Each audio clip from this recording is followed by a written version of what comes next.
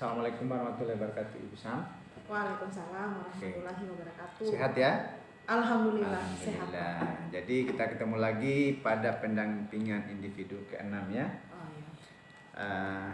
Ibu Sam, saya ingin sampaikan bahwa tema pendampingan kita itu adalah refleksi perubahan diri dan dampak pendidikan. Ada beberapa poin penting yang akan kita diskusikan pada kesempatan ini. Yang pertama itu refleksi hasil survei yang Ibu sudah lakukan, yang dikenal dengan istilah feedback 360 derajat. Kemudian perubahan dalam pembelajaran. Yang ketiga itu penilaian pemetaan aset. Dan yang terakhir persiapan panen hasil belajar. Oke. Sebelum kita mulai sesi ini, saya ingin menyampaikan apresiasi saya kepada Ibu yang sudah mengikuti kegiatan pembelajaran daring kurang lebih 1 bulan ya. Iya. Ya, dan saya lihat keterampilan Ibu luar biasa dalam mengikuti kegiatan CGP ini. Saya lihat juga dari LMS yang ada, saya lihat Ibu sangat aktif sekali untuk mengerjakan tugas-tugas. Saya ucapkan selamat dan luar biasa. Baik, Terima kasih. kita masuk di inti pendampingan kita yang berkaitan dengan refleksi hasil survei.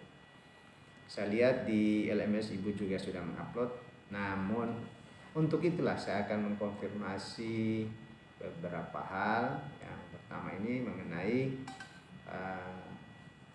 hasil survei ini ya.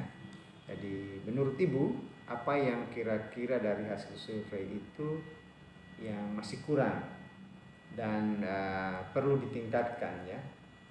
Ya, menurut responden yang Ibu sudah peroleh. Sekaligus juga saya minta penjelasan apa sih tanggapan-tanggapannya kepala sekolah, rekan sejawat maupun murid. Ya, oke. Saya persilakan. Baik, terima kasih Pak atas kesempatannya. Ya, terkait survei yang sudah saya bagikan kemarin dan sudah ada umpan balik dari kepala sekolah, kemudian dari 5 rekan guru dan 5 orang siswa saya di kelas. Ya, dari survei yang atau dari responden yang masuk itu saya sudah telaah dan saya sudah pelajari. Ternyata memang masih ada kategori yang menurut mereka masih perlu saya tingkatkan. Perlu ditingkatkan. Ya. Yang perlu saya tingkatkan dalam hal ini kompetensi yang perlu menunjukkan peningkatan itu adalah pada kategori pengembangan diri dan orang lain. Pengembangan diri dan orang lain. Iya. Oke. Itu ya yang dari beberapa responden. Ya, saya kira itu Ibu tinggal ambil sebagai sebuah pelajaran untuk diperbaiki ke depan. Oke, siapa yang Ibu kira Ibu akan libatkan untuk meningkatkan kompetensi itu? Ini terkait dengan yang masih perlu saya kembangkan kemarin. Kan ini pengembangan diri dan orang lain. Ya, dari masukan kepala sekolah bahwa ternyata saya memang masih kurang di poin untuk pengembangan terutama komunitas belajar di sekolah. Komunitas belajar. Ya, komunitas sekarang belajar tinggal di Ibu sekolah. Ya, yang mau butuh bantuan diskusi dengan siapa gitu maksudnya. Kemudian untuk terkait pengembangan komunitas belajar, ya berarti memang saya butuh diskusi dengan teman-teman di MGMP saya, terutama MGMP ekonomi, bagaimana untuk lebih mengaktifkan lagi kegiatan komunitas belajar kami. Ya, kemudian ada satu Pak kemarin itu hasil survei saya yang perlu saya tingkatkan dari penilaian dari siswa bahwa kompetensi atau komunikasi dengan orang tua mereka ternyata mereka nilai masih belum maksimal. Ini belum maksimal. Jadi untuk yang ingin saya libatkan ini mungkin saya ingin lebih intenskan komunikasi dan kolaborasi dengan wali kelas. Karena wali kelas yang tahu persis orang tua kedua dari murid-murid ini di sekolah, jadi yang tahu persis data orang tua, kemudian hubungan dengan orang tua seperti apa. Mungkin saya akan lebih berkoordinasi dengan wali kelas lebih intens lagi. Oke. Baik, kita lanjut ke diskusi berikutnya. Poin berikutnya ini perubahan dalam pembelajaran. Oh ya. Ibu kan sudah melakukan pembelajaran kurang lebih 6 bulan ya. Nah, apa yang Ibu sudah rasakan terkait dengan peningkatan kompetensi Ibu sebagai guru? Oh ya, terima kasih Pak. Terkait kegiatan sudah 6 bulan ini saya jalani di Pendidikan Guru Penggerak. Ini saya merasa banyak sekali perubahan yang terjadi pada diri saya. Ya, terutama yang saya rasakan Pak, bagaimana cara memandang saya kepada murid. Ya, dalam hal ini selama ini ternyata saya merenung, ternyata selama ini apa yang saya lakukan itu masih terlalu berpusat kepada guru. Dalam hal ini gaya saya menginginkan di kelas itu hanya karena gaya mengajar saya seperti itu. Ternyata setelah mendalami pendidikan guru penggerak ini dan sudah banyak kami ditempuh dengan materi-materi dan kegiatan-kegiatan di guru penggerak, ya ternyata memang saya sadar bahwa pembelajaran di kelas itu yang kita berupaya untuk bisa pembelajarannya berpusat pada murid.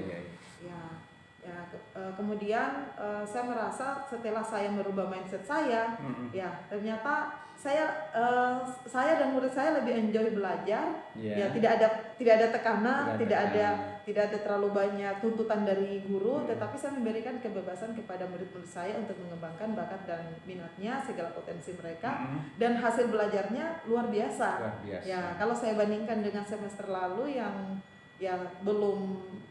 sebelum saya mengikuti guru penggerak, saya merasa memang ini luar biasa sekali hasil dari pembelajaran di kelas. Minimal murid-murid saya mereka merasa nyaman dan kreativitas mereka bisa terasah dan mereka bisa meningkatkan prestasinya di kelas. Oh iya, luar biasa ya. Jadi banyak hal yang berubah. Ya pertama mindset lah, saya pikir itu kata kuncinya.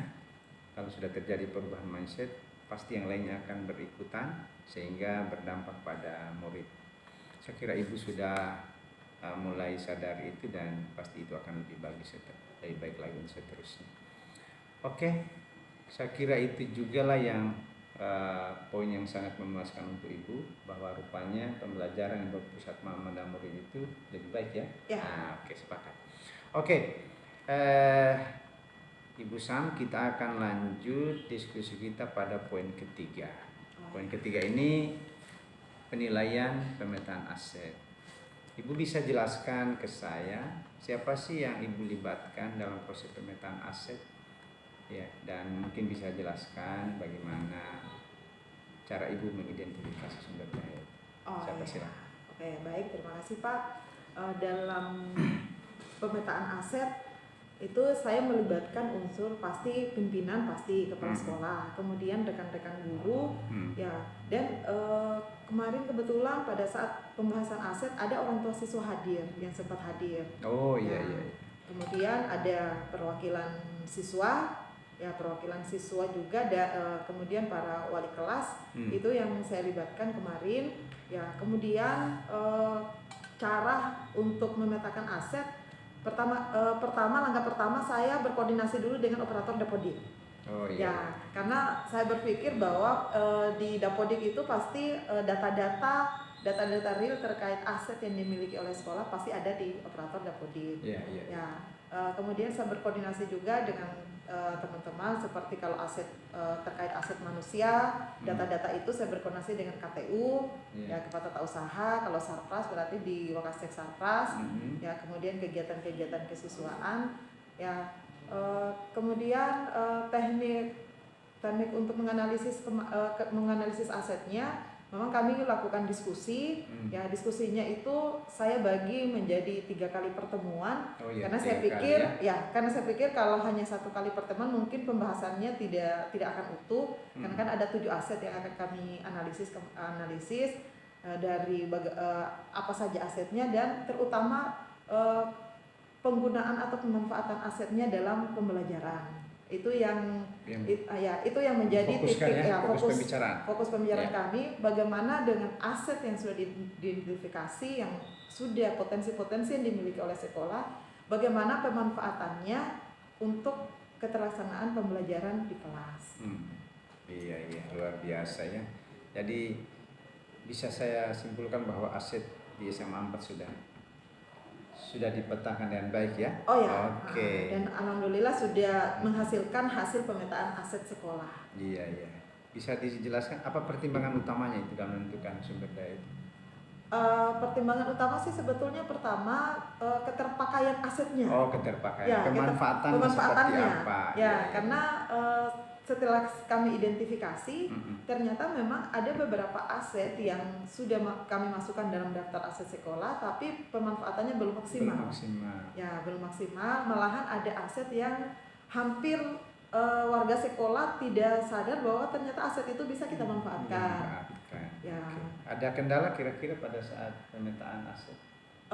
Kalau kendala sebetulnya pasti pasti kita akan Ada namanya kendala. juga kita memetakan aset sekolah Ya, apa yang sangat banyak, ya, pasti ada tantangannya juga ya. pasti ada Ya, kendala. ya. Ya, tetapi kendalanya itu kemarin itu ya terkait data-data pencarian datanya. Pencarian Ya, datanya. karena kan ini datanya harus real, kemudian terkait juga apakah aset yang sudah ada ini memang fisiknya masih ada atau seperti apa. Jadi itu ya, tetapi kendalanya alhamdulillah bisa diatasi karena ternyata itu langkah mencocokkan aset dengan pendataan di Dapodik itu ternyata sangat efektif untuk kami lakukan. Oh iya, salah strategi itu yang dipakai ya, memanfaatkan Dapodik ya. Oke, Ibu Sam, kita akan masuk di sesi terakhir menurut saya ini persiapan panen hasil belajar. Saya dengar Ibu dan kawan-kawan sudah mulai ada persiapan. Mungkin ada yang Ibu mau jelaskan bagaimana persiapannya Ibu untuk panen hasil belajar pada Lokaria 7. Oh ya Pak, terkait panen hasil belajar nanti, memang dari kami CGP Angkatan 7 Kota Kendari itu sudah ada persiapan-persiapan. Tetapi mungkin pada kesempatan ini Pak, saya fokus untuk persiapan pribadi saya. Seperti apa itu? Saya punya impian pada saat Loka 7 nanti semua hasil belajar saya selama pendidikan guru penggerak ini saya bisa tampilkan dan saya bisa berbagi dengan teman-teman yang lain yang hadir. Ya. Terutama mungkin Pak kemarin di pendidikan guru penggerak ini terkait pembelajaran diferensiasi. Ya, dan itu ada KSE. Pembelajaran diferensiasi, KSE, disiplin positif. Dan itu menjadi daya tarik teman-teman lain di luar guru penggerak. Mereka ingin lebih tahu seperti apa sih pembelajaran diferensiasi. Ya, kemudian saya berpikir nanti produk-produk seperti diferensi produk itu nanti dipamerkan nanti kan? Yang dihasilkan dipamerkan nanti hasil yang akan dihasilkan siswa saya, meskipun pembelajaran saya ekonomi tidak ada produk yang mungkin yang bisa direvisi. Ya, tetapi di mata pelajaran saya itu produk-produk anak-anak berupa video, kemudian itu kan produk juga. Kemudian puisi. Kemudian yang poster, peta konsep apa semua yang mereka sudah hasilkan yang dihasilkan siswa itu akan ikut saya pamerkan dan pastinya Pak mengusung visi saya terkait berbasis digital. Iya. Itu ada di lampiran Loka 7 nanti bisa dilihat kan? Apa-apa saja yang mau disiapkan. Oke, terima kasih Ibu Samlia. Saya sangat mengapresiasi beberapa yang Ibu sudah jelaskan. Saya senang sudah mendengarkan apa yang Ibu sudah sampaikan terkait pendampingan hari ini. Saya hanya ingin mengingatkan bahwa kalau masih ada yang Ibu mau petakan terkait aset, silakan boleh Ibu lanjutkan karena itu akan sangat terkait dengan perbaikan pembelajaran di SMA Negeri 4 Kendari. Yang berikutnya, jika ada hal-hal penting yang ingin Ibu sampaikan, nanti dituliskan saja di LMS supaya fasilitator kita juga bisa tahu masukannya Ibu. Demikianlah pendampingan kita hari ini, Ibu San. Mohon maaf jika ada salah kata. Makasih banyak Pak. Wabillahi taufiq walhidayah. Wassalamualaikum warahmatullahi wabarakatuh. Waalaikumsalam warahmatullahi wabarakatuh. Wah, mantap. Dulu berapa menit ya? Nah, saya editkan